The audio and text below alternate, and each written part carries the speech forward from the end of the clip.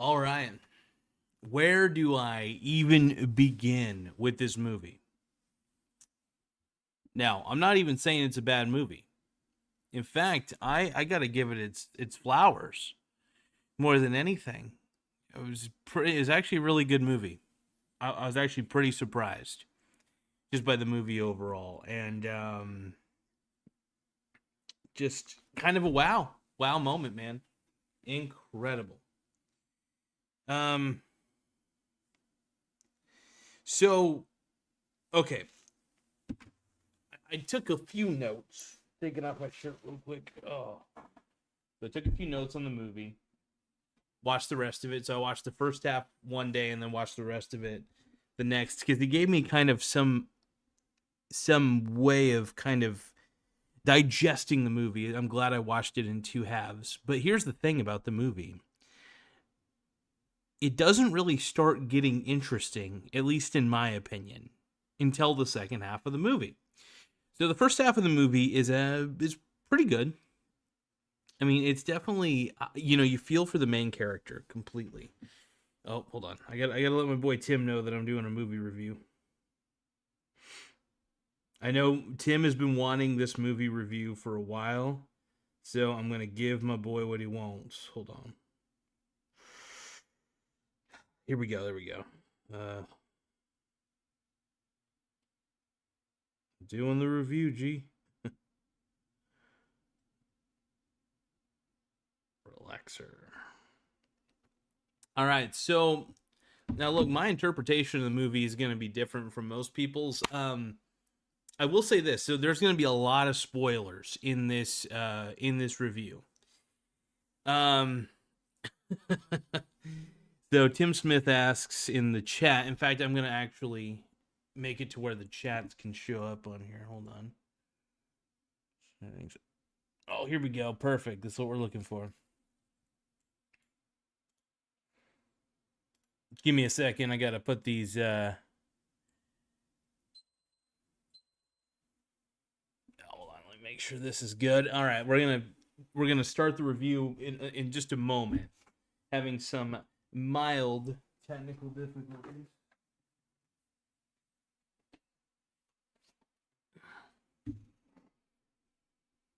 There we go. So, let's see. Oh, hold on. Sorry, folks. Mr. Tim, I'm trying to get the comments on here showing up in just a second. Chat box.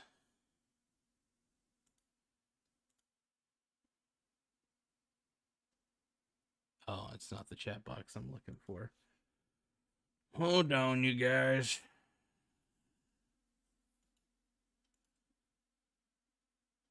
Is this what I need?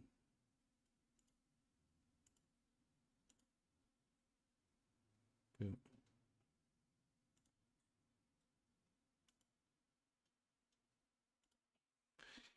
There we go. Sorry about that, folks. Sometimes it takes a bit of time to get the no, that's not it. Hold on. There we go. All right, just gotta get the comments situated, and we're ready to roll. Okay, so basically, the one thing about this movie I will say is, first off, does Chuck E. Cheese deliver? No, they don't. If I remember remember part of the movie right, he does try to get a delivery to Chuck E. Cheese, and I think he even asks, like, why don't you deliver? And to that I can say, yeah, why didn't they deliver? Honestly, I think Chuck E. Cheese could have made a fucking fortune if they just would have delivered their pizzas. Because, if they're having a slow day, right? Nobody's playing in the ball pit or whatever the hell's at Chuck E. Cheese. I've never actually been to a Chuck E. Cheese before, surprisingly, but I do like Chuck E. Cheese pizza because you can get it frozen at Walmart. Anyway, that's besides the point. This movie is actually a roller coaster ride. You know what's crazy about this movie is that it takes place in one man's apartment, right? One man's bloody fucking apartment. And this apartment, by the way, is not just his. I think it's his brother's Cam's, if I remember how it worked. And his brother Cam, by the way, sucks ass. The worst brother of all time. Terrible. Making his brother do the rotten milk challenge and shit, dude, that is so messed up, dude. That pissed me off. And he's such a douche, the older brother. I actually, you know what's funny is I felt very bad for the main character in this. Like, yeah, he's a slacker. Yes. Is he lazy? Sure. Is he letting his life go by? Yes. But there's another factor here that people aren't really considering. Why is he that way?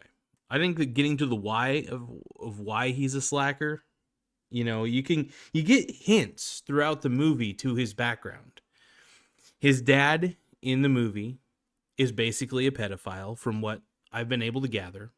He basically banged like a 16-year-old boy or a 15-year-old boy at a truck stop in that movie, in the storyline of that movie. That's what I've been able to kind of piece together based on, I was really trying to pay as much attention as possible to all the finer details in the movie, because there's a lot of missing pieces where you have to really pay attention if you want to kind of get an idea of who this character is and what he has had to go through. And I think a lot of his laziness and a lot of his procrastination comes from just a lot of in a weird way, trauma. He's got a dick bag for an older brother who is constantly levels of bullying that's just insane. And then his friend Dallas, you can't even really call that guy a friend. I don't know what he is, but he's, entertaining, sure. But in that, I don't know, man.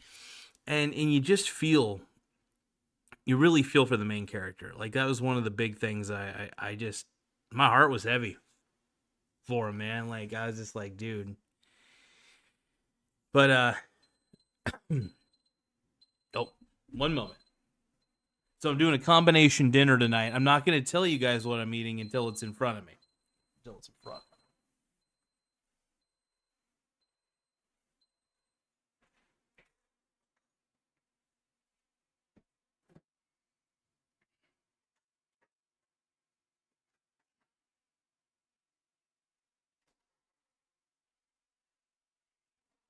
Oh, I went to Grocery Outlet earlier and got myself some soda, got a squirt.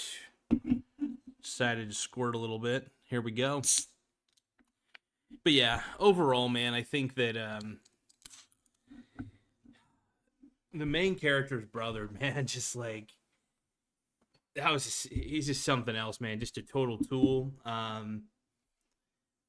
But yeah, you just really feel for the main character. Like, there was points where I was tearing up a little bit, because I think we've all been where that character's at mentally to some degree. And it was a hell of a movie. Normally a movie like that where the whole movie is set in one single room, by the way. The movie does not go outside of the room at all. And Y2K in this movie does happen, by the way. So I'm going to give a little background. So this movie is set in 1999. I think it's like 7 or 8 months before Y2K. Some people are preparing, blah, blah, blah. But what happens in this movie is Y2K actually does happen, by the way. And everybody's essentially fending for themselves, from what I was able to gather. Because at the end of the movie, Cam does come back to the apartment. And, and he's just wondering, like, what are you doing? You've been sitting here this whole fucking time, that sort of thing. And, it's a wild ride. It is a wild ride of a movie. And,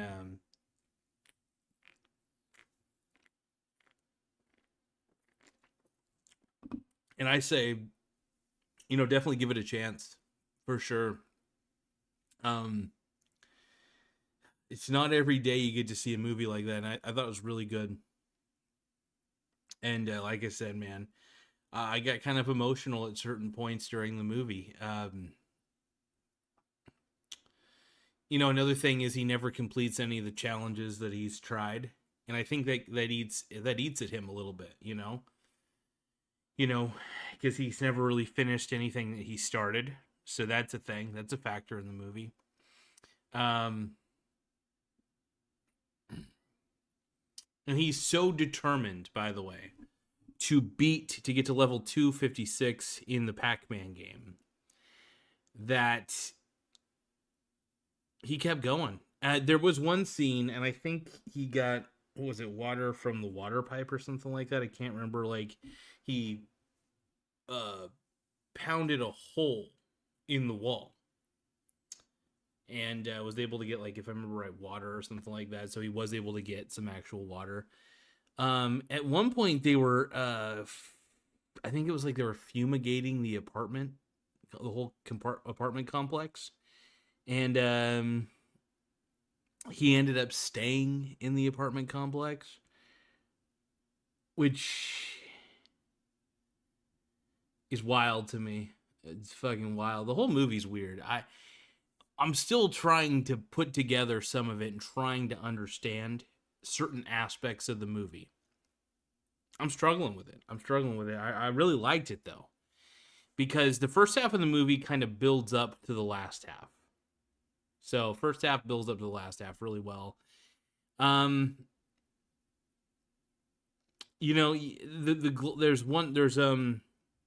There's these pair of glasses the main character wears, and they I guess I don't know if they give him like superpowers or if it's like, you know what I mean. At first I thought it was all in his head, the powers, and they still might be to some degree. I even question if the last scene where he spoiler alert, this the last scene where he like uses those glasses to like basically kill his brother's fucking crazy. That ending was kind of weird. I'm trying to figure out at the end who he gave the knife to, because at the very, very end he is about ready to attack whoever's coming through the door with a knife, but it did I not? Did I? One second.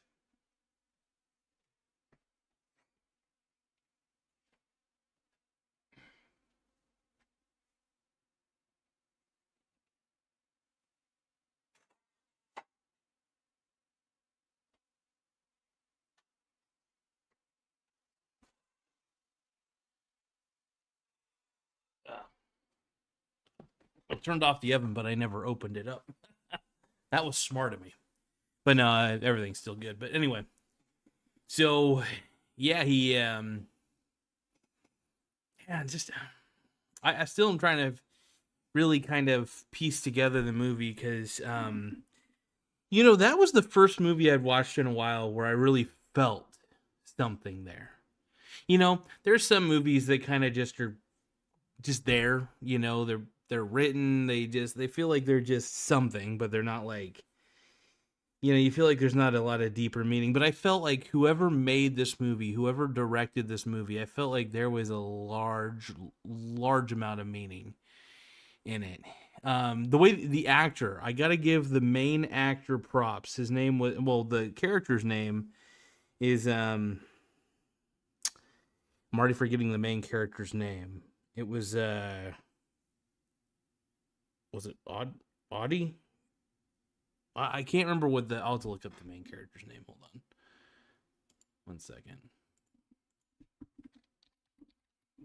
Pull up some details. Oh, actually, you know what? So here's the thing. I have no idea how the ending works. So I'm going to try to actually explain the ending real quick. The ending actually kind of, I can't. Oh, Abby. Abby's the main character's name. Okay, so here's an explanation as to what happened, and I don't know how accurate this explanation is, But this is what I found. This is from an AI overview on Google. So we don't know how valid this will be, but we'll see. So it says in the movie Relaxer, Abby's brother leaves, and she. Okay, this isn't bad AI over, and she is left increasingly isolated and unsure of reality. The movie suggests that Abby's voluntary imprisonment reflects the American underclass. Okay, I could see that. That's because we all kind of live our lives in kind of a, and we do kind of have we're kind of in our own voluntary prison. That's weird. That's an interesting concept. I like that. I don't know how much I agree with it for myself, but maybe I should consider that. But I do see where they're coming from, man. Holy shit. All right, so explanation. So Relaxer is a movie by da-da-da-da. In the movie, Abby's brother sends challenges superficial rewards, for example. The movie suggests that Abby's imprisonment. Okay, yeah. Okay. I need to know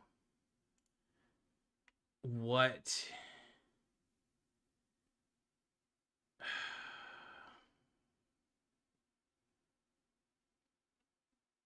I don't know if there's really an explanation for the ending. This is interesting. In movie ending explained.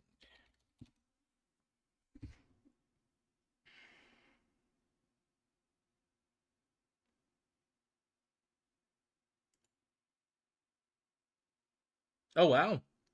So on RogerEbert.com, Relaxer actually got what was the rating? Oh wow, a 3.5 stars out of 4. That's actually kind of a good rating.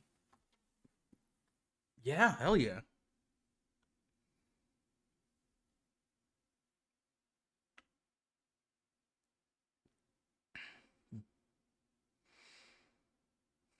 Interesting, man. Interesting. Trying to figure out how this ending came about. The ending was what confused me the most. Who did he hand the knife to at the end? You know? Who came through the door? Was it his dad? I'm wondering if it was his dad at the end. Like that's what I'm trying to figure out. That was the crazier part about the movie. Let's see.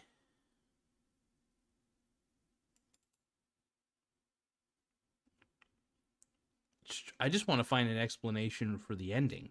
The ending was the most confusing part for me. This is the one part that I was just like, come on, man.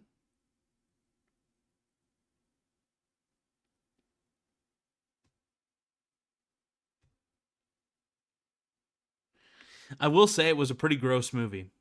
Like, they did a good job of. There were points where I was like, while I was kind of tearing up at certain points, there were also points that I was almost like near vomiting because of some of the gross stuff. Like when he first off, when he had to piss at the very beginning of the movie, he has to piss because he's like, he can't get off the couch for this challenge. He's basically doing the rotten milk challenge, so he has to piss in this gallon jug because he can't, while his brother's away for a second. And so he pisses in this gallon jug so that way he doesn't have to piss his pants or piss on the couch or anything. And his brother, unfortunately, last minute changes the rules of the game, which is even worse. So what he did was clever, was he poured the milk into the baby bottle first, then he pissed into the gallon jug. But if I think that's how it went. I can't remember exactly how that part went. Anyway, so, oh man, it's gross because he literally he then vomits, of course, but he almost has to drink his own piss. There is what I'm trying to say. So he pisses in it because he has to, and then of course, brother changes the rules, makes him drink a little bit more of that gross rotten milk, dude. Ugh, so disgusting, man. Like I felt for the main character. Like I know that there's a lot of, I guess you could say, the main character represents certain aspects of society, certain types of people in society, or just people in general of a certain class, you name it, right? And I don't know, just something about it woke up something to me. I'm not the best at interpreting movies. I will grant you that. That's why I don't do a lot of movie reviews, because I don't know. Um, I try my best to understand what I'm seeing in these things, but yeah, Chuck E. Cheese doesn't deliver. But what we do realize is that Chuck E. Cheese should deliver. Um, so what happens towards the end of the movie, the Y2K actually does happen, and you hear all the calamity and the chaos going on outside. Electric grid shuts down. Everybody's thrown into chaos. It's totally insane. And what a movie. Trying to think of other his buddy Dallas walks in with two 2 liters of Fago, right? And he walks in, and then he does like some weird Fago chugging challenge or something like that, where he like duct tapes the 2-liter bottles to his hands, which was pretty fucking hilarious. Jack's Cab confessions. Hold on. We got my boy Jack's Cab. Let's just do a quick. I'm trying not to have too much ADD right now, but I'm trying to minimize my ADD. Whatever's there for my ADD. I don't really know if I have ADD or not. I can't tell, but what's on the menu tonight for Michael Garza? It's a surprise. So it is on the counter. You guys can't see it. It's a total surprise. You'll see it, though, when it cools off and I bring it over. I'm just going to bring the whole fucking pan over. That's what I'm going to do.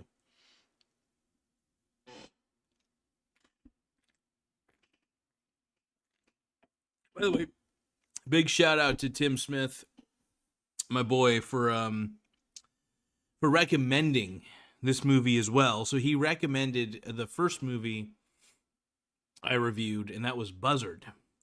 And it has the same actor as the main character. I can't quite remember. His name's actually listed on here somewhere. Let's see. I think his last name's like Burge or something like that. Anyway, the actor is pretty good. He's kind of a scrawny guy, but he does a really good job acting, man. It's pretty fucking believable. And just very impressive, man. Good. Kudos, bravo, brother. If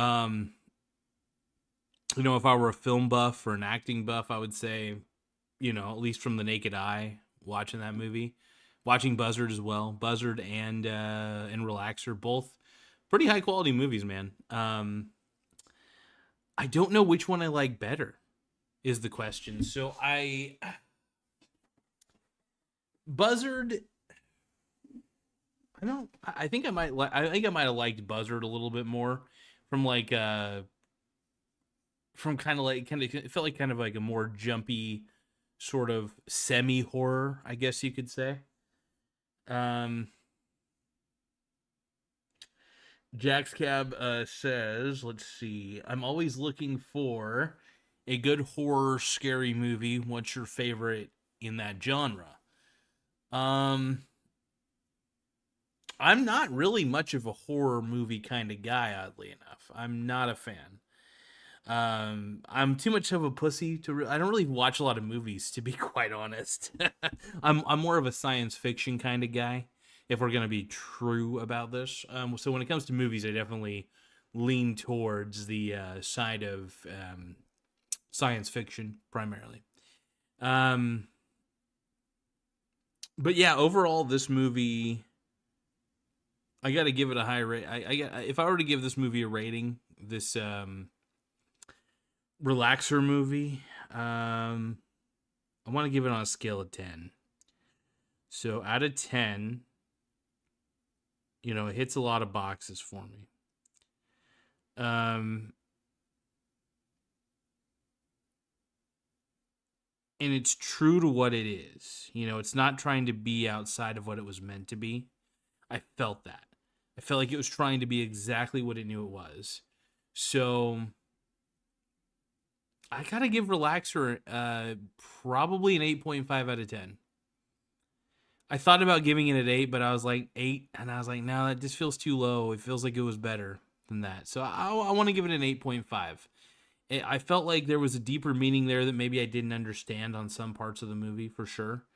But at the same time, there were moments that really hit me.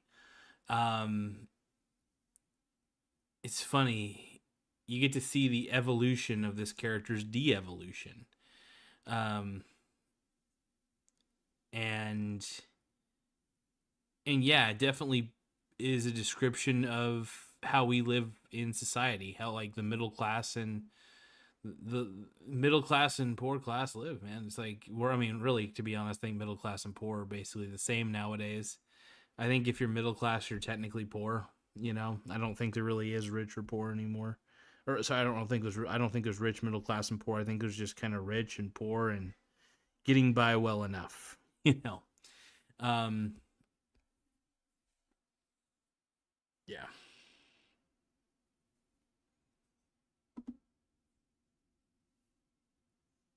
Jack's Cab Confession says Relaxer, good flick, level 256. Yeah, it tries to beat the Pac-Man high score. And so one thing that did confuse me a little bit is it looks like he got to the level. So I feel like he got to level 257 somehow. There was something he did when the glitch happened, and I think it did allow him to actually get to 257 or something like that. I don't know. But man, I think another thing is that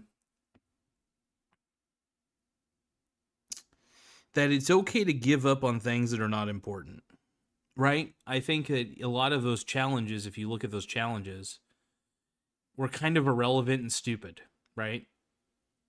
There's no real great meaning to any of them, and kind of makes sense why he would not follow through with the majority of them. Sometimes certain challenges and certain goals, I think if they have real meaning, people will actually pursue those goals or challenges and follow through with them. I think if a challenge is kind of frivolous and pointless, most people will just be like, eh.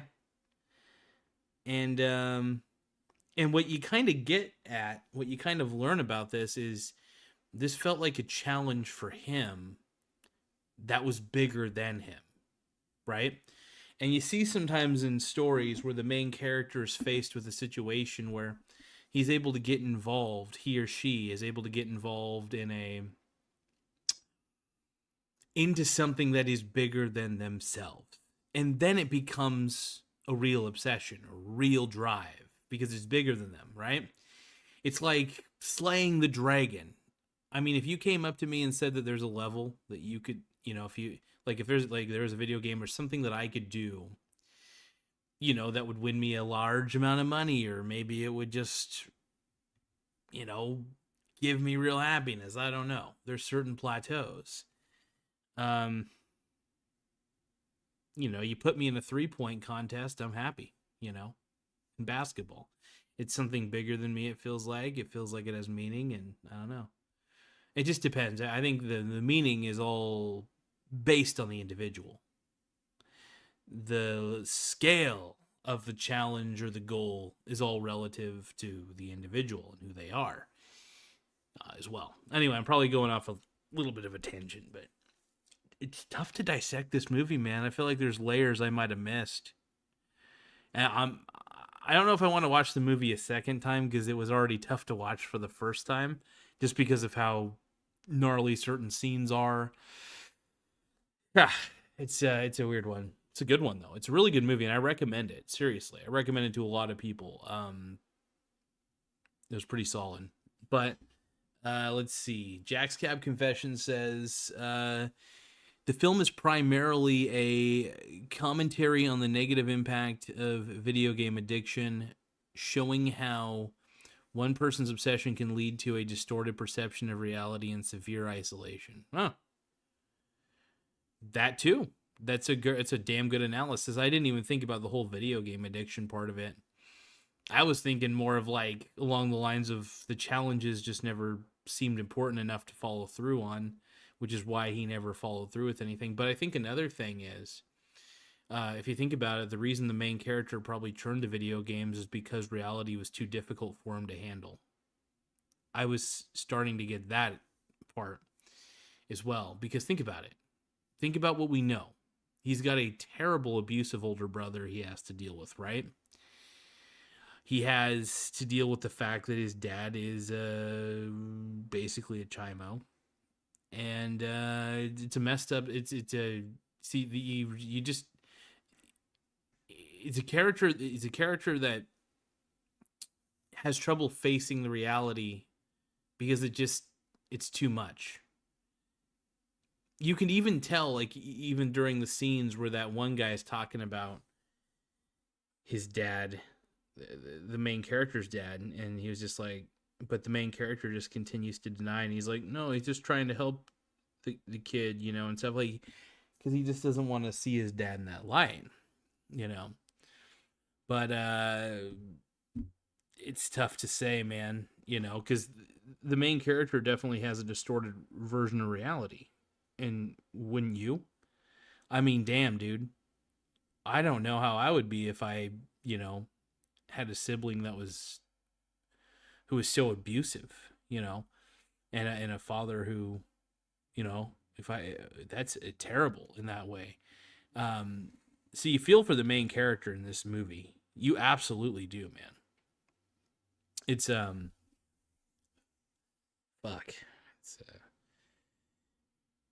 but at the same time you realize that, you know, like a lot of people say, the character represents, like, you know, classes of society, how we put ourselves in a voluntary prison. That makes sense to me. And sometimes I feel that way. I feel like I'm putting myself in my own prison just from the lifestyle I lead, you know. But yeah.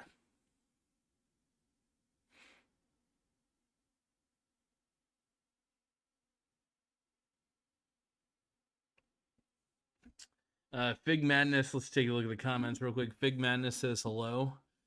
Tim Smith says, you know, let's see. Tim says, I don't think it's about video game addiction. I think it's more about finding what you are good at in life and focusing on it. I can agree with that. I think it's actually better to focus on your strengths than your weaknesses. Like, it's good to acknowledge that you have weaknesses for sure, because if you don't acknowledge your weaknesses, you know, then you're, you know, like let's say, for example, I'm trying to think of a weakness that I have. Strength that I have is I'm very analytical and can see patterns very well. So I usually stick to things that rely on, you know, number crunching and stuff like that, analysis stuff. But my weaknesses, I don't often think about my weaknesses. It's how, you know, usually I'm so focused on what I'm good at. But I was going to say, if I really dove deep into my weaknesses, I'd say, I'm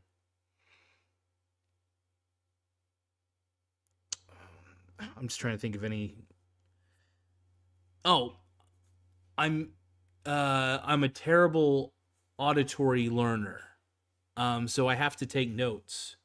For example, when like if somebody gives me a lecture, or I'm listening to an audiobook or something like that, I actually have to take handwritten notes to really ingrain what I'm hearing. And I think most people are like that, but I definitely have auditory issues for sure, like auditory processing issues. Like, I can hear very well, but processing things auditorily is tough for me. Now visually, oh man, you give me something visually, you know, you give me a book, give me a picture, you know, like words and pictures, I'm good. Um, Hell, video's great. I love video. Video's a great way to learn. But my learning weakness is definitely audio, but it's learning to work with your weaknesses as well is a big thing. So like I said, the best way for me to learn auditorily is to take notes. If I wasn't taking notes, I really would struggle. So I do like to take notes when I have to listen to something, at least when I have to like really take something in. I even took some notes while I was watching this movie, by the way. They were kind of like scratch notes, just so I could pay attention. But really good though, honestly. Yeah, and honestly, find out what you're good in life and focus on that. That's really that's a damn good lesson to the movie as well. However, I think it's good to have more than just one obsession. I like to have multiple things I'm obsessed with. Like for instance, I'm obsessed with this show. I'm obsessed with playing basketball, at least when I can. The weather has been kind of shitty lately. But another thing is, I'm obsessed with work. You have to have multiple obsessions, I think. And, if you're bad at something and you really want to work at it, there's no shame in trying to work on your weaknesses. I just think that it's a bad habit to focus all your energy on the things that you're bad on your weaknesses. I think it's good to focus some energy because you don't want to be, if you need to be good at something and it is a weakness, specifically as far as the skill set is concerned. Like for instance, if I were bad at talking to people and I was doing my job, I would need to learn how to talk to people a little bit better. So, I mean, there are times where your weaknesses do need to be improved depending on what you are doing, you know what I mean? So, if there is a flaw in your game, try to improve upon it if it's a priority. If it's a weakness that needs to be improved quickly, prioritize it. But other than that, for the most part, just focus on your strengths.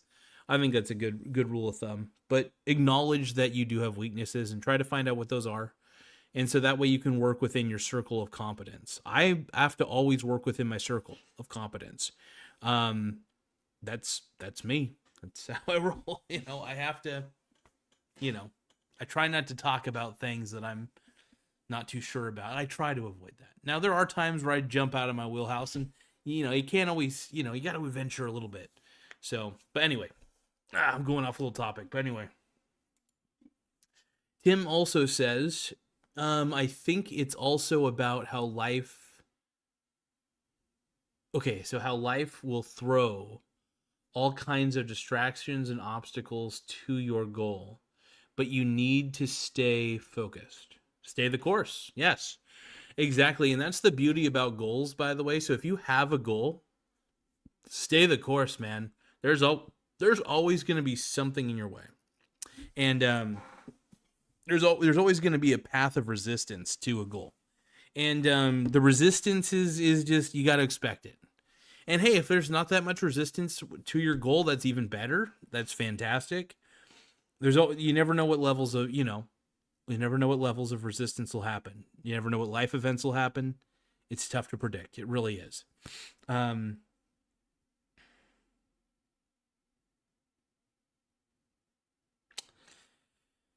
Man, oh man. Man, it's a good movie though, man. That's all I gotta say.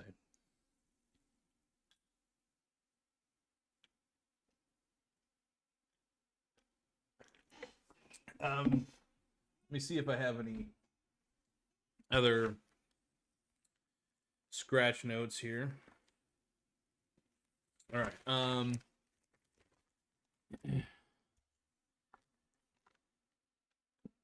I did like the Jerry Maguire reference. Show me the money. Show me the money. That was tight. Dallas, his friend in the first half of the movie, is definitely a cinephile. He loves movies, and I heard him mention my boy Tom Cruise, I believe, a couple times. The word jam session, I believe, means masturbation. Let's see. I did like the phrase, I quit quitting. That's kind of one of those like breaking moments for the characters. Like, I quit quitting. I'm done quitting. I'm going to quit quitting. Fuck yeah. So that was kind of a cool moment. The story is definitely built around beating the Pac-Man high score. Um, but yeah, older brother pissed me off so much in this movie, dude. I did. You feel for the main character in a lot of ways, like just on a human level. One thing I did notice is he is on the couch for the entirety of the movie, except the very very end when he actually finally gets up. That's one thing I did notice. Hold on, my belt is. Give me 1 second, folks. 1 second. My belt is. Oh. All right. Okay.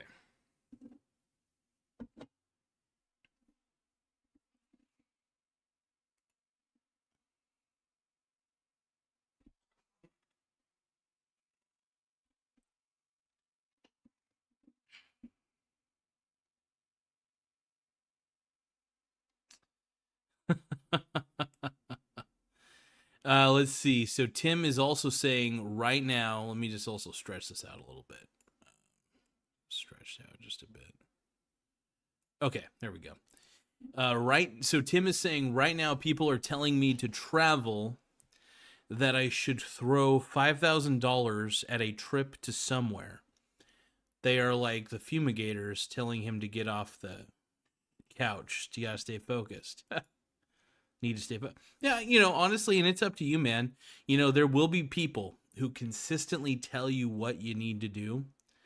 Honestly, I'm guilty of that. I feel like I give a little too much information on what I think people should do. But I really do want to see people do what they want to do. I only wish to be, I don't know, like a guide on what can be done. I'm very contrarian, so man, I think it's great that Tim, straight up, I think it's great that you stay focused, brother. Like, I really think that's cool. I like to encourage that big time, man. Stay focused, stay on the goal. But yeah, the fumigators going in there, man, dude. I got that scene where he's just like fucking still on the couch and the apartment's getting fumigated and shit. I was like, oh my god, dude. That part was wild to me, man. I was like, what's going on here? What the fuck?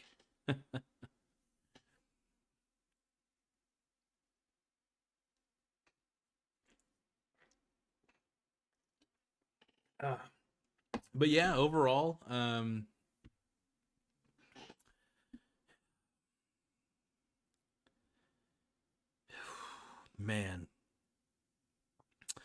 it's a lot to unpack. Like I said, I give the movie a 8.5 out of 10. I really think it was a very fabulous movie. Um, hit me in a lot of ways emotionally. I finished the movie last night, and yeah, it hit me. It hit me more than I expected it to hit me. It really did. It hit me in many ways. That's the great thing about movies, man. Movies and books, but the great thing about movies, I will say, and I need to watch a little bit more from time to time, is that they'll hit you in a way that you just least expect it. And I'm an emotional guy. So there are some movies that just they'll get to me, man. They'll hit me. And Relaxer's a good movie. Straight up. I hope it's a little different. It's not for everybody, but I think it's worth a watch for sure. Like I said, I'm not a movie buff. I don't really know what a good movie truly is, but I know what I like. So I personally give it an 8.5 out of 10, man. But on that note, let's see what I'm eating tonight. So it's a combination dinner, like always. I'm always combining things together when I cook. But what is the combination dinner tonight? Can you guys, before I bring out the pan, can you guys guess what my combination dinner is tonight? Like, what food items are going to be on this pan?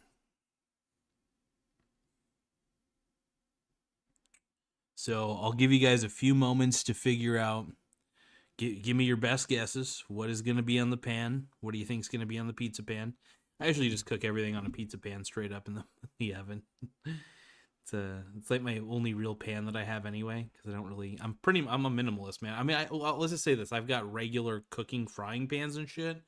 When it comes to like a flat out baking pan, all I got is my fucking my little pizza pan. It's a pretty big size pizza pan though, so it's not too bad. It keeps the portions pretty decent. But yeah, like I said, what do you guys think is gonna be on this pan? All right, I'm gonna go get the pan. Leave your comments. Leave your live chats now. Place your bets. I'll be right back.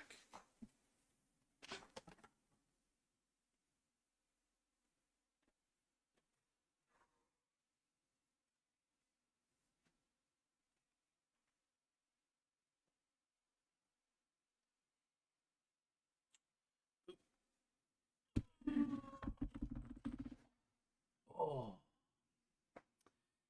All right, so Tim Smith says, let's see what Tim Smith says. Red Baron pepperoni pizza with Hebrew national sausage pastries on top. That'd be tight, actually. That'd be tight. Let's see. Jack's Cab says I'm gonna say scalloped potatoes with ham. Good guess. Good guess. And cheese and garlic bread. Good guess. Tim, I gotta say, was the closest. So Tim wins. Mr. Beast will have to give you $1 million, Tim. But yeah, we got a little mini.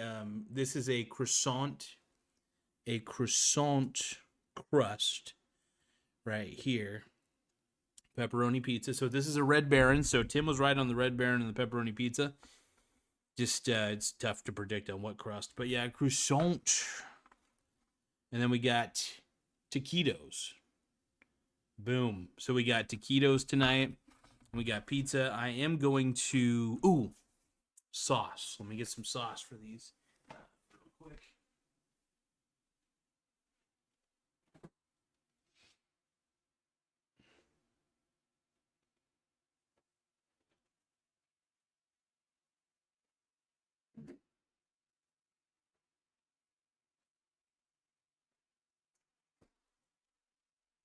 Got my handy dandy sauce bag here. All right. Running out of sausage, you guys. You guys got to go to Taco Bell and get me some sauce, man.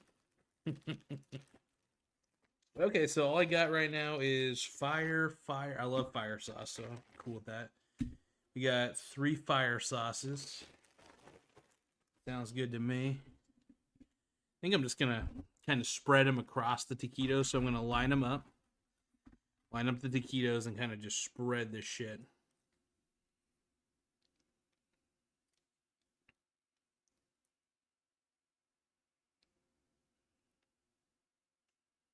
There we go. There we go. Kind of spreading it across these various taquitos here. Guess can't see it at the moment. Sorry about that. All right, so we got one down. I love, I'm such a huge fan of fire sauce, though, for sure.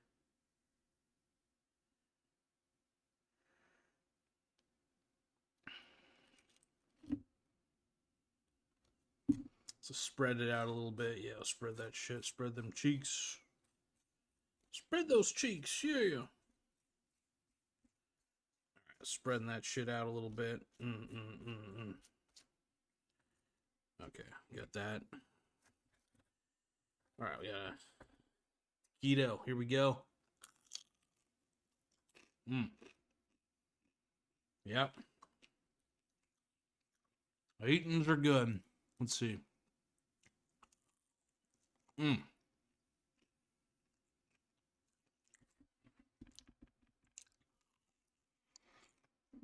That's where we're going. Mexican, Italian tonight, man. That's where we're at. We're at this point.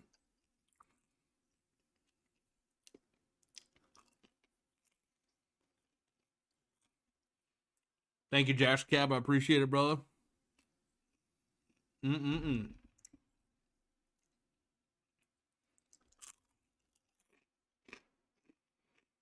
Mmm. Tasty. A little hot sauce in there. A little fire sauce.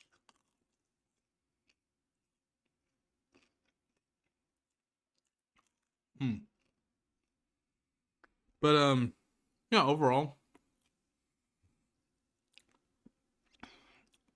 I think it doesn't. I'm surprised that a movie like that doesn't get enough love. You know, I like it when movies don't have an unlimited budget and they're just trying to make a good movie, right? They're not trying to appease any network executives. They're not trying to appease a company. They're just trying to make real, true art. And anytime, this is why I love independent film, you know, except for when it gets a little too artsy and a little too convoluted. But this, I felt, did it right. It felt like a very human, relatable, like anybody can get into this movie. Like, I felt like it wasn't one of those movies that had too many layers of craziness to it. I mean, there's definitely layers, but you have a general idea of what's happening. You have a general idea of what the message is. And the message is kind of your own interpretation, you know? There may be many ways to interpret this movie that we're probably not even aware of.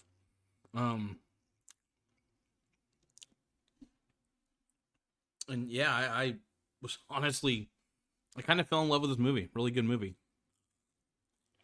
I hope more people watch it. Really.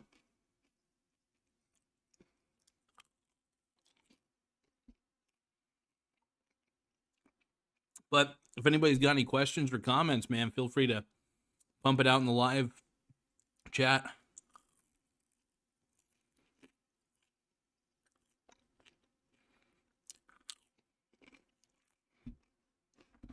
So this is the combination dinner I was talking about. Just taquitos and a croissant crust pizza.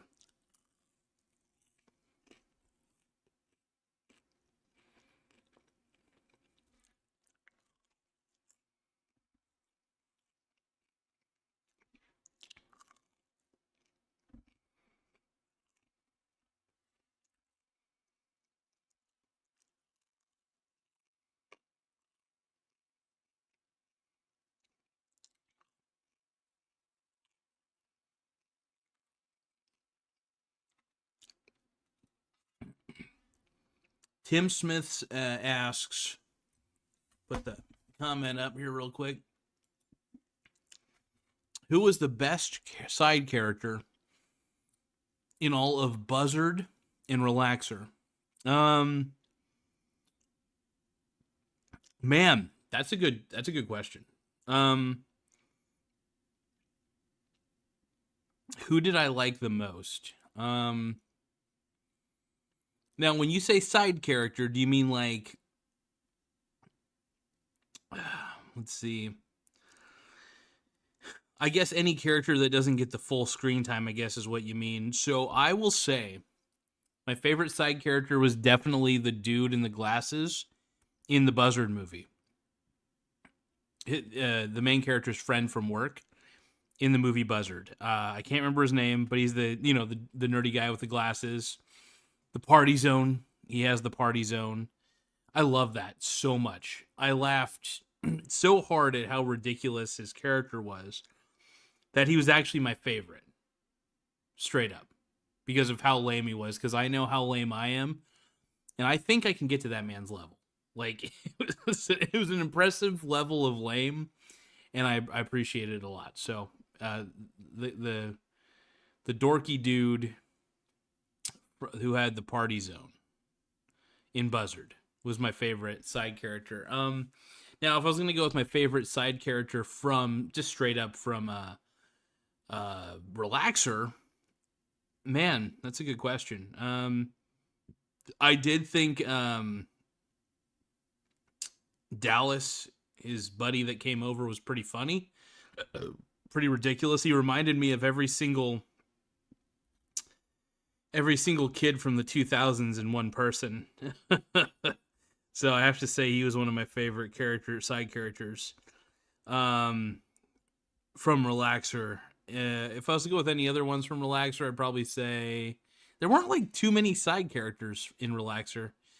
I guess you could say the Fumigators. No.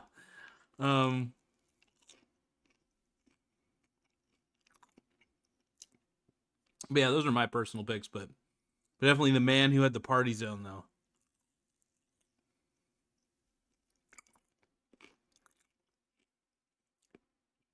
Now, the ultimate question, though.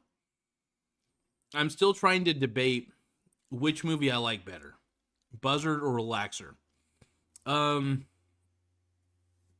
I usually judge a movie by how willing I am to watch it again. And if you ask me the question, would you want to watch Buzzard again? I say, yeah, it was a watchable movie. Sure, I'll watch it again. Why not? There's a lot of things going. I felt like there was a lot of things going on in the movie. A lot of things I might have missed actually in my first go around. Whereas Relaxer, I think a lot of the messaging was there in the movie and it was pretty laid out. Relaxer would be a tough one to watch again just because I think Relaxer is one of those you watch it once and you kind of take it in sort of movies and you don't necessarily need to watch it twice. So Buzzard's one that I would watch again for sure. Relaxer, I'd watch it again if I like really had to. If I had to if there was like tons of Easter eggs that I was unaware of and I wanted to see them, sure. But I think I kind of saw basically everything I needed to see in that movie from what I could tell. I could be wrong though. Jack's Cab Confessions says, pick one. Low IQ idiot, but infinitely wealthy. Or high IQ, but poor and broke. Must pick one. That's tough. Well,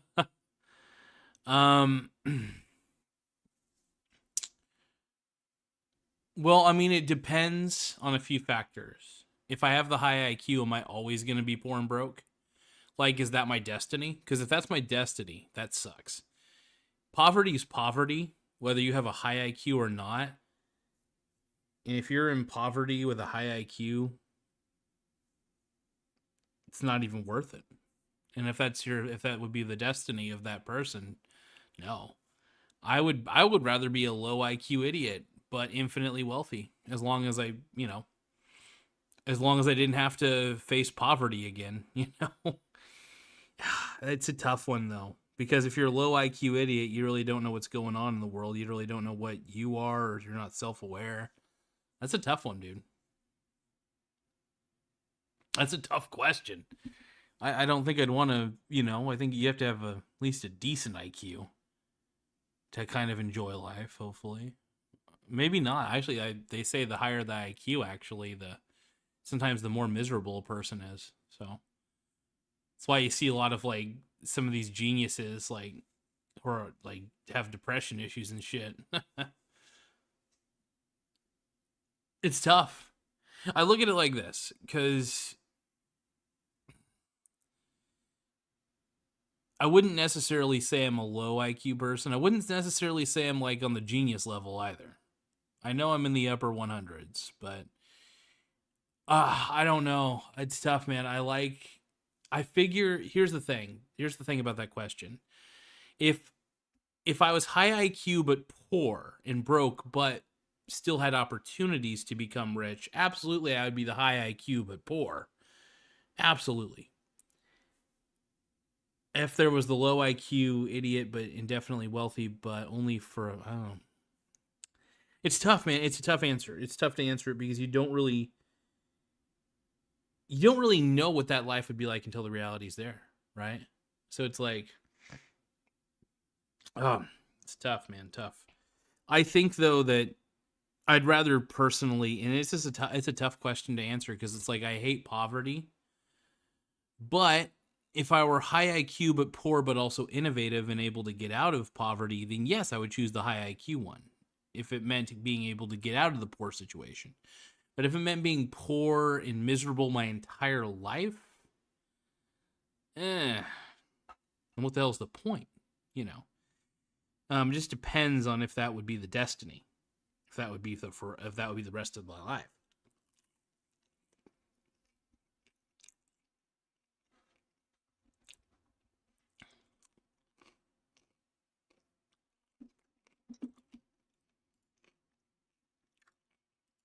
Thank you, though. I appreciate it. Nathan Walker says, my IQ is low and I'm poor, but my mussy is slick. Hell yeah, dude. You gotta keep your mussy slick, dude. Hell yeah. Nathan Walker, you're a smart man.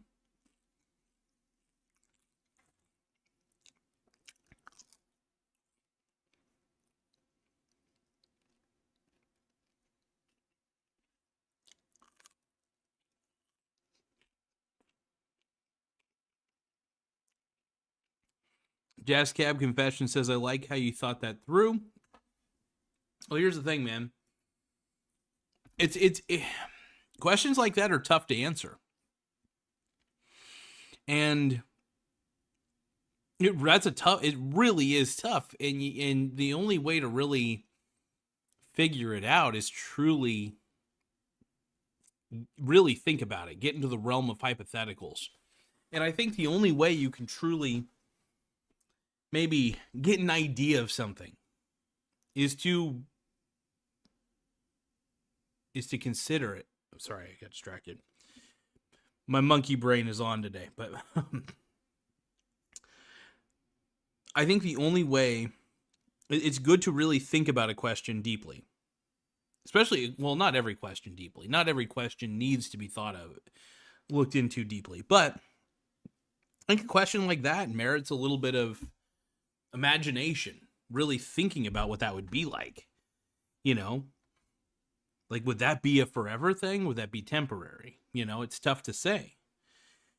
You know, low IQ or high IQ, suffering is suffering. And it's like, what's the point of being high IQ if you're, you know, poor and miserable your whole life? You know, if that is the destiny of that person. But yeah, it's good to think those things through for sure. And no, I do enjoy questions like that. By the way, I love those. It forces you to really think about things and think about where you are too, and where you could be. Those questions are important because it's good to hypothesize.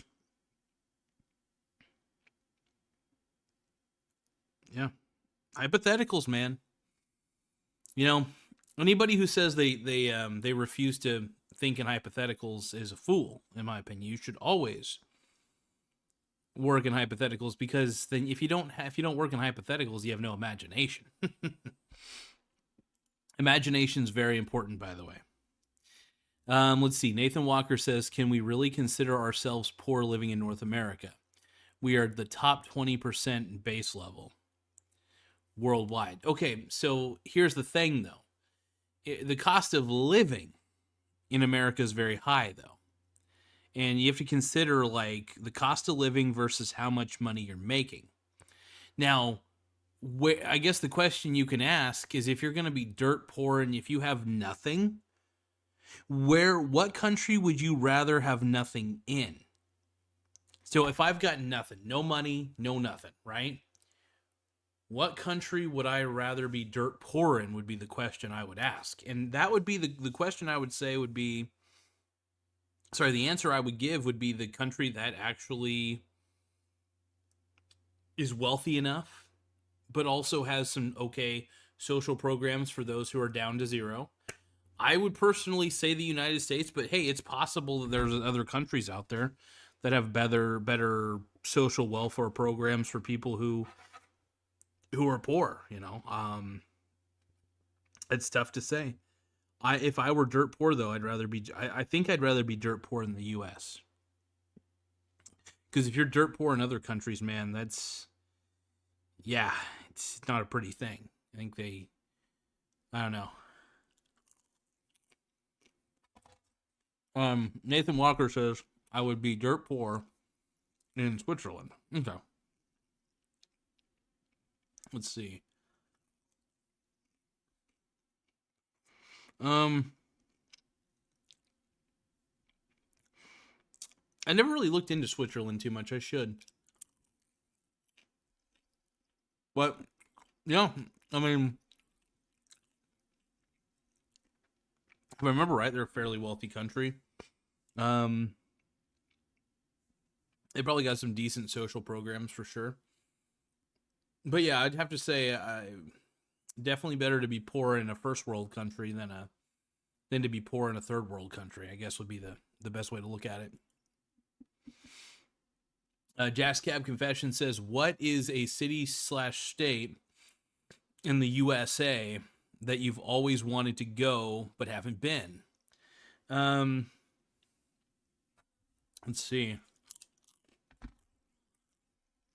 Let's see.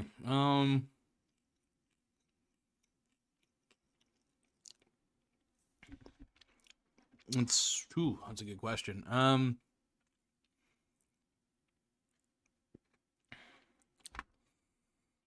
I did think about how interesting it would be to go to New York. You know, the Mecca, not the Mecca. The Mecca is the Madison Square Garden. But New York, I've never been to the East Coast. It would be so interesting to go to the different places on the East Coast. It might be kind of cool to go to Florida. Places, I've been to California. I've been to I live in Oregon, so Oregon, California, Washington. I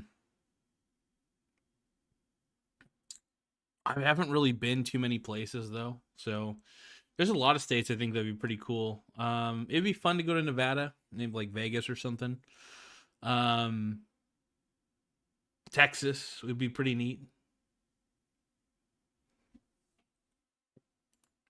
So yeah, I think Texas and maybe like Dallas or something, or Houston and Miami, Florida would be pretty tight. New York City would be pretty dope. It'd be cool to see like all the different historical monuments and stuff, and all the historical places like in Pennsylvania and stuff like that. It'd be neat.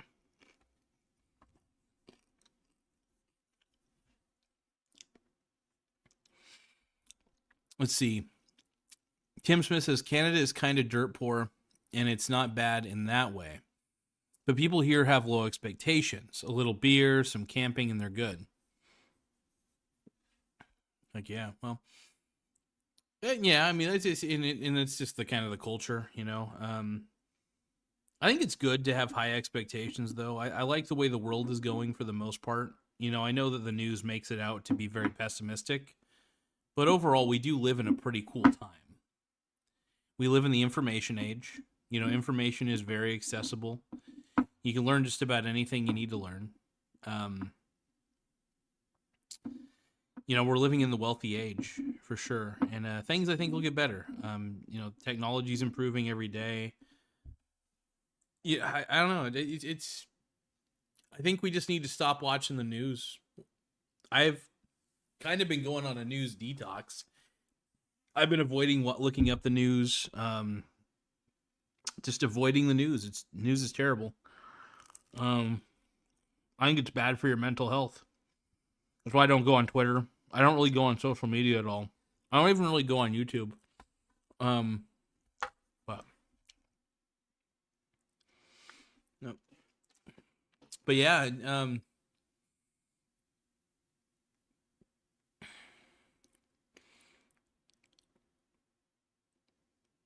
yeah. I mean, I think if I were to be poor, I don't. I'm trying to think if I'd want to be poor in Canada though, like dirt poor, like have nothing, absolutely nothing, but like the shirt on my back and like a sleeping bag or something like that. But yeah, I will say if I was to be poor in any specific state in the U.S. though, it would definitely be California. California, if you are homeless, they give you whatever you want. You could literally just like mooch off the state. So, if I was to definitely be like dirt poor with nothing to my name, nothing at all, but a sleeping bag and just a coat and stuff, yeah, I would absolutely California for sure. Let's see. Nathan Walker says Portland. Hell yeah, bro. Yeah, Portland's not a bad city. It's a little woke, but for the most part, it's actually a decent city. Jax Cab says cool. Jazz Cab also says, I enjoy your streams. You're an interesting fellow with a very intuitive outlook. Well, I appreciate it, buddy. I do think I'm a bit of a caveman in modern times sometimes, but I appreciate the compliment, brother. I appreciate it. Um, no, I just enjoy looking at things. I try to look at things as they are. I try not to give any meaning that's not there to it, I think is the thing. So I really do try to just understand what things are, you know. Try not to I do like to simplify things, but not overly simplify them. You know, simplify them to the point to where I can understand them. But I appreciate it, man. I enjoy deep thinking. It's fun. Deep thinking is a good thing. Critical thinking is a lost art. And I wouldn't say I'm that great of a critical thinker. I just enjoy trying to critically think. You know, we have so many things in this life thinking for us. And I'll admit, I'm guilty of like letting the AI think of ideas for me. Like, I had the AI come up with a goddamn betting strategy for me, for fuck's sakes. It was insane. Tim Smith says, 1 second, I'm switching to Bluetooth so I can hear the show while I make my lunch for tomorrow. Heck yeah, my man, dude. Meal prep. It's good shit. Good shit.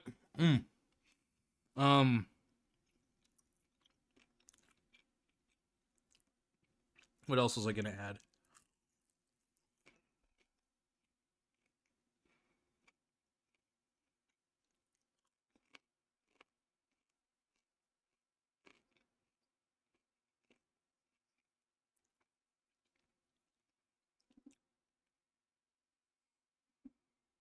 Ah.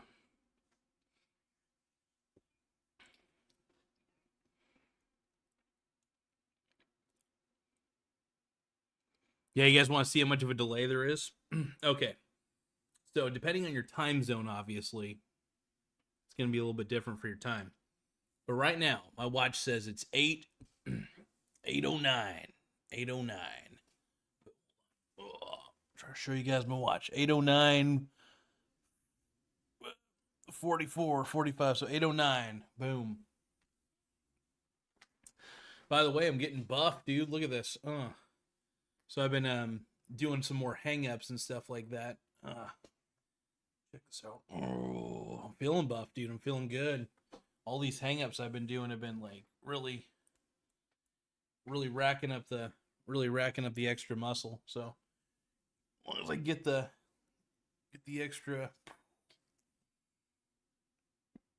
all I've been doing is just doing this. Boom. Straight up. Put my hands up, grab the bar, try to pull up as much as I can. Obviously, it's not the easiest. It's tough to do it from that angle, but you know, it's good shit though.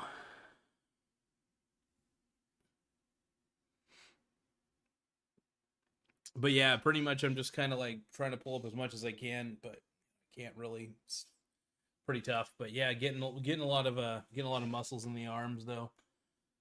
Oh, let's see. Feeling good. Showing off my muscles to this. I swear this channel's turning. This channel basically is an OnlyFans channel. I swear to Christ. Let's see. Jack's Cab Confessions says, hold on. Technical difficulties. One moment, folks. Do you have any mentors? Name one. I would say I have a lot of mentors, but if I'm gonna go with the first one that comes to my head though, that's Warren Buffett. Straight up. Now if we were to say like who's my mentor for a lot of different aspects of my life, well, let's see. So Warren Buffett's definitely my investing mentor. Jack Bogle's another investing mentor. I like his work. Ray Dalio for sure. These are all in the finance investing spheres for my guys. So Ray Dalio, Warren Buffett. Christ, I just mentioned the other guy. I can't even think tonight. But yeah, Ray Dalio, Warren Buffett, Jack Bogle. He's the index fund guy.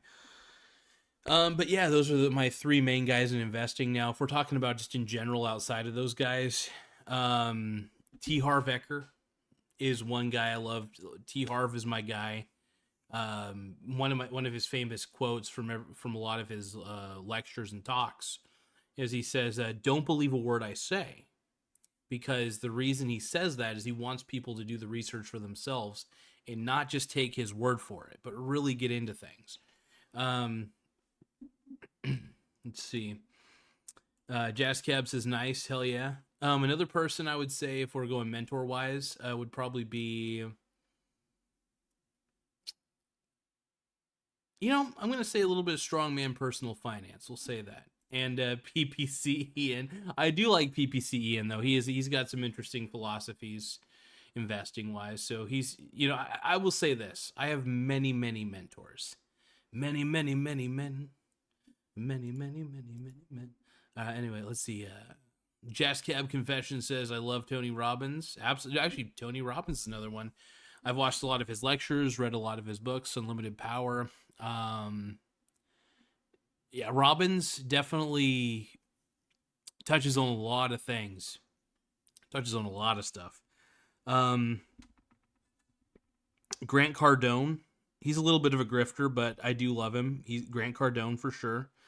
I used to like Gary Vaynerchuk, and then I just realized he was just an NFT grifter. So he does. I will say this: Gary Vaynerchuk is kind of one of the reasons that my channel is the way it is to a degree, because he does, even though he's an NFT grifter, he does have some interesting takes on different things. So yeah, I do like Gary V. He's pretty decent. Who else are we talking about here? Let's see. I guess you could say when it comes to budgeting, I did learn quite a bit from Dave Ramsey. So Dave Ramsey's up there with trying to, basically kind of like, he's kind of like the father figure that tells me to avoid debt. And then we have Robert Kiyosaki who tells me to get into debt. So I've got two daddies who tell me the complete opposite of what I need to know. But yeah, it's pretty funny.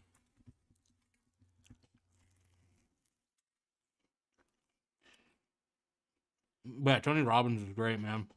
I do like Dean Graziosi. I like some of his shit. There's a lot of guys, a lot of gals.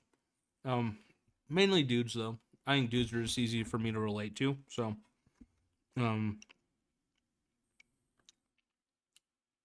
Mel Robbins is pretty decent. Jack's Cab Confessions also says Dave Ramsey and Kiyosaki are both brilliant. I will say one thing that pisses me off about my boy Robert Kiyosaki is he has unfortunately become a Bitcoin grifter. And what I mean by that is that Robert Kiyosaki thinks that Bitcoin is just as valuable as gold. And when I heard that come out of his mouth, I thought, damn, dude, I thought you understood what real money was. And when he said that, I was like, dude, the old man's lost his fucking mind. So I will say the fact that he thinks that Bitcoin's real money is depressing to me. But other than that, he has some great philosophies on general investing and real estate. So, I mean, he may be wrong on Bitcoin. He absolutely is. But Rob Kiyosaki has definitely taught me different way. Even getting in debt, honestly, I get into a little bit of debt to invest in stocks. I get into broadly diversified index funds when I borrow money though, so I'm pretty smart about it. But yeah, it's crazy.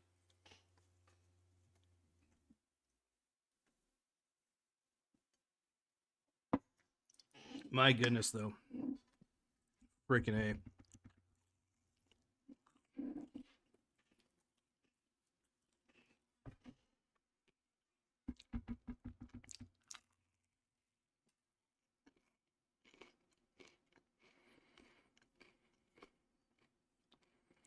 But hell yeah, you guys. I mean, this croissant pizza.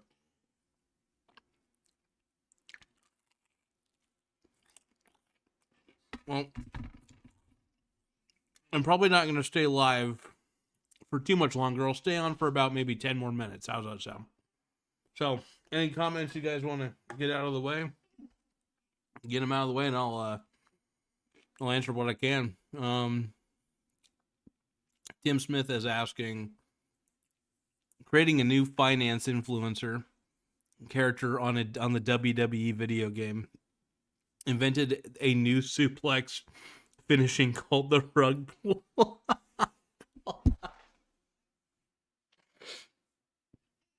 You know what I find very humorous about all these meme coin rug pulls, by the way, is of course this is gonna happen. This happens with all crypto, by the way. A new crypto comes out. That's step one. Step two, everybody starts piling in their money because they heard about it on Twitter or whatever, right? So then there's idiots who will actually pour their life savings into some fucking meme coin, hoping to 10x their money. Some do. Some do. But most don't. And what you're really hoping is that you get in early and hoping that the price goes up and that you could sell at a higher price to some sucker who's willing to buy your worthless garbage at a higher price. It's a Ponzi scheme. It's a digital MLM, right? So, because you need new gullible investors to fund the old ones, right? This is why Bitcoin's also a Ponzi scheme, by the way, just to let you guys know. Bitcoin is no different than any of these meme coins.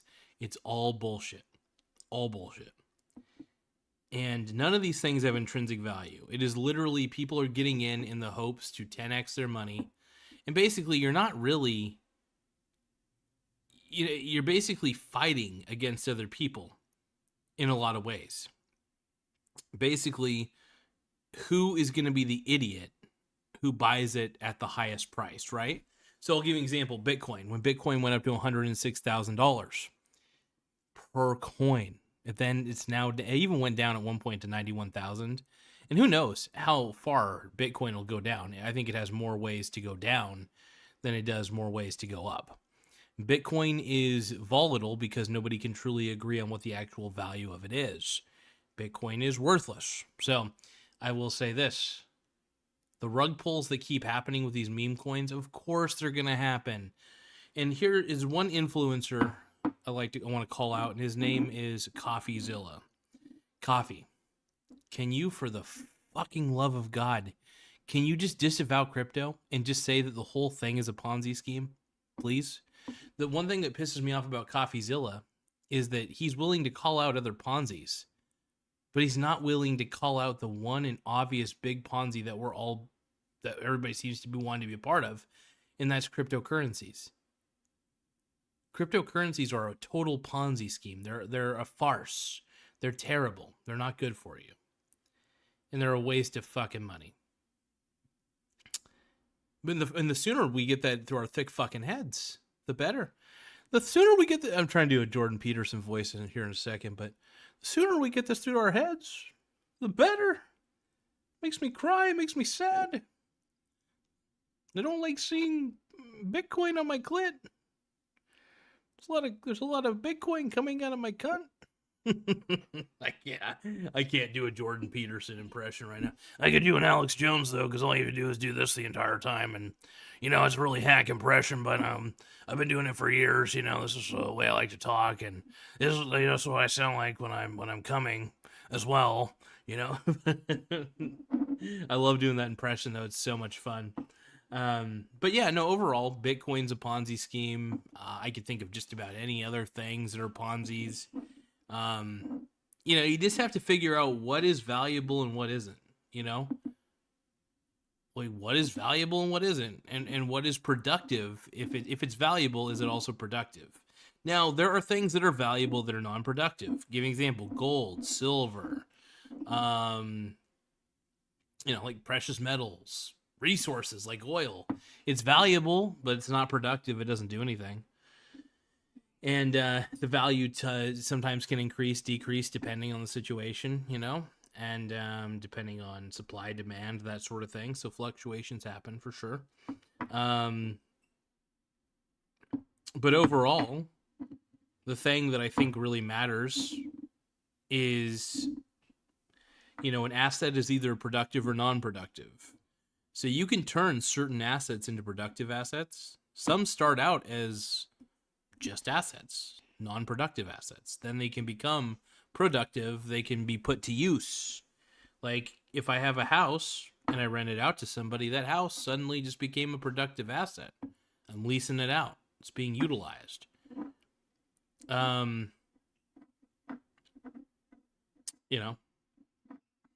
If I have a company and I'm creating a product or a service with that company's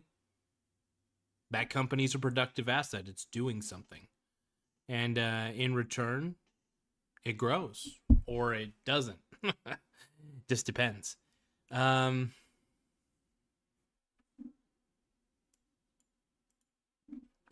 Jack's Cab Confession says Bitcoin is a decentralized currency controlled only by those who choose to use it as a currency whose value fluctuates while steadily growing to what I call the event horizon. Last kin is mined. Oh, okay. Got it. Here's the thing, man. Even if here's the thing. I know there's a limitation to how many Bitcoins are. There can only ever be a grand total of 21 million. That's fine.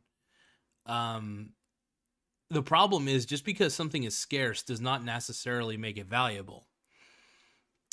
If something is stupid and it's scarce, it doesn't make it any more valuable. It just makes it stupid and scarce. It just makes it, if it's valueless and it's scarce, it's still valueless. How much is out there really doesn't truly matter. Maybe it kind of does, but not by much. What really matters is it actually valuable or not? Like, scarcity alone does not make anything valuable. Does it have utility? That sort of thing. I don't know. I can't get on board with Bitcoin completely. Never really could. It's a gambling parlor for sure. And people on my channel definitely disagree with me on this for sure. Not everybody does, but some people do. And I enjoy the arguments. I will say that. I do enjoy arguing my case, my case in point. It's always entertaining. It's worthless, though. It doesn't do anything.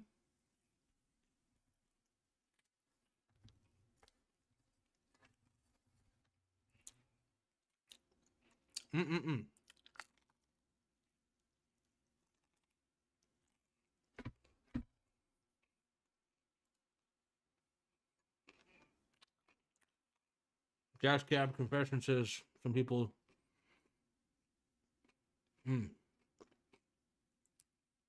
Some people use Bitcoin as a investment. I and many others use it as a currency to make and receive payments. It's reasonable. My thing is I just don't find anything about it inherently valuable naturally. And you know what? I mean, hey, if people want to use it as a digital currency, great. I will say there are certain benefits to it. But my problem with it is how violent the fluctuations in value actually are for Bitcoin. It's just too wild,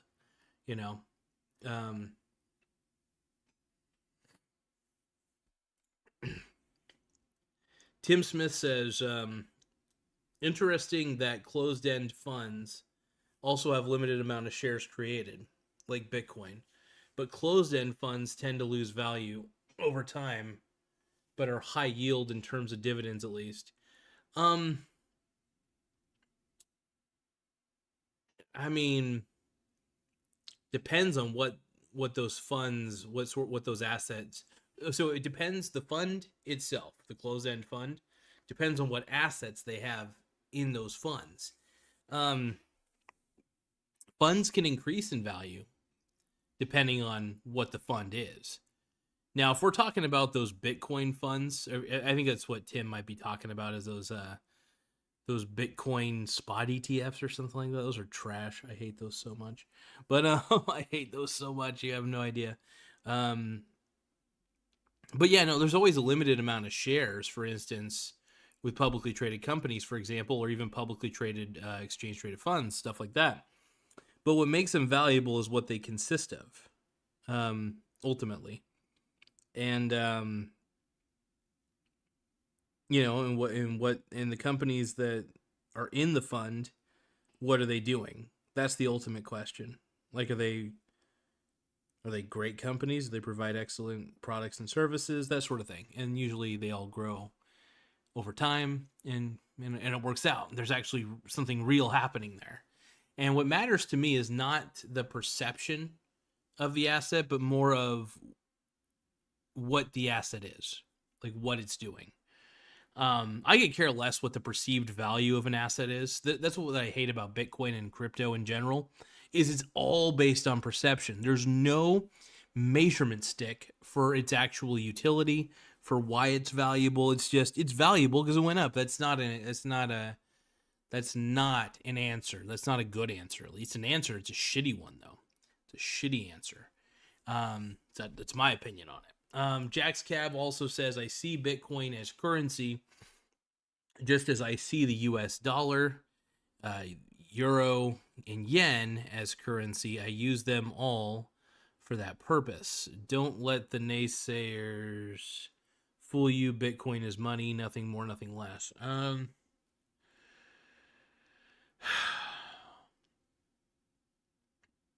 I mean, like, you can use Bitcoin as a currency if you want. I think if you're holding on to Bitcoin for the long term, though, I think you're going to be gravely disappointed. I think I see it no differently than holding a dollar. If you hold a US dollar, if you hold a yen or a euro for long term, what's going to happen? Prices around you are going to go up for everything. So inflation kills it. So there is some form of inflation that should, in theory, kill Bitcoin, but in theory. Either way, Bitcoin's value less, so it's not even really backed by anything. I will say at least the US dollar and the yen are backed by something, at least government promises. Bitcoin is pretty much backed by software, decentralized software, so I don't know. That's my take on it, though. I know I'm a little bit of a pessimist when it comes to crypto. I think I love the blockchain technology, though. I love the cryptography involved in it. I think it's fantastic. I just don't think that buying Bitcoin is a good investment. That's all. Yoggers, my boy, says, howdy, Mike. My man, dude. How you doing, Mr. Yoggers? My boy. My boy. Damn, it's funny because I was ready to head out here in a second. Well, not head out, but kind of start winding down and eating the rest of my food here real quick.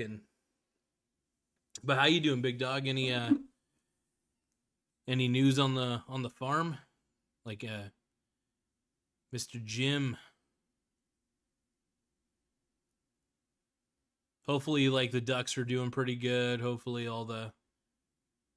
because I think you said something about like a bobcat or something like that, or some sort of animal was getting like hurting the ducks or something like that. Hopefully they're doing all right.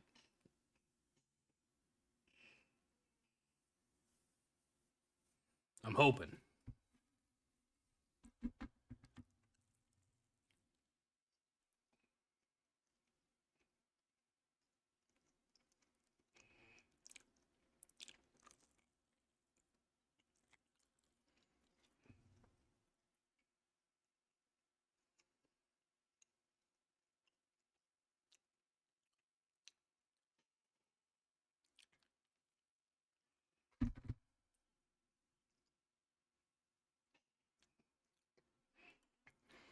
Jack's Cab Confession says, now that we got our BTC debate out of the way.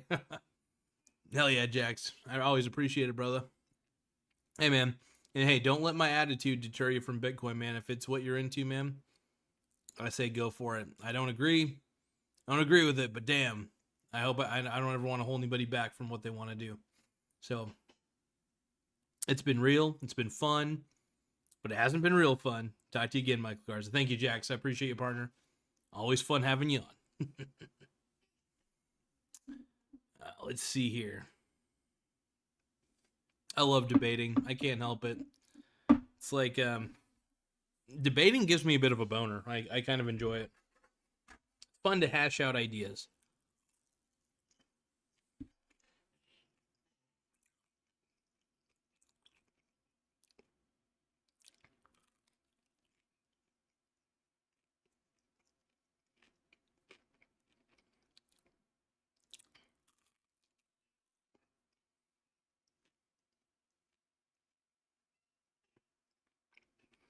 One moment.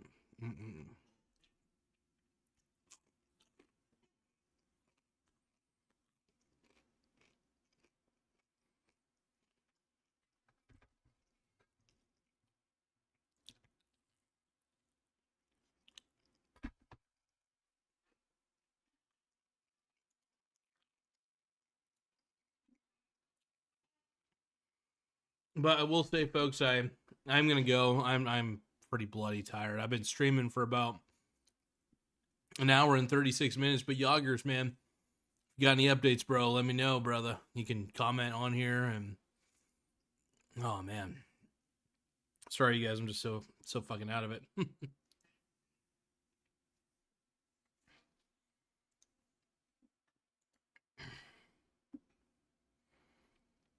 Sam says, Michael, have you gone to the White House for dinner with loud trumpet?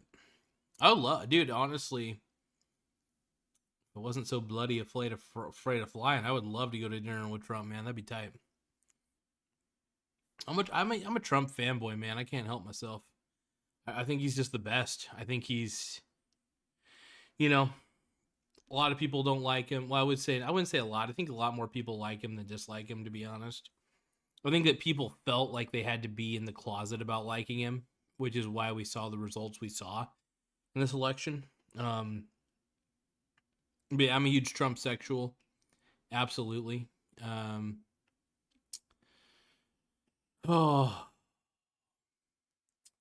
Anyway, but Yoggers, my man, I mean, Jim, blah. I want if you posted more content, man, I should actually check out your channel here in a bit. Like when I'm laying down in bed, probably like go on YouTube, go on the old Yoggers farm page, check out and see if he's got some shorts and stuff on there, and see if you got any sweet, cute little duck videos or something, man. I love those ducks are so cool. Motherfucking ducks, dude. But man, it's been real, you guys. I am tired though, so I'm gonna let you all go. I am just gonna blah blah blah blah blah. So tired boy. Yeah, I'm so tired. Well, I'll catch y'all later. Anyway, thank you guys. Peace out. Boop.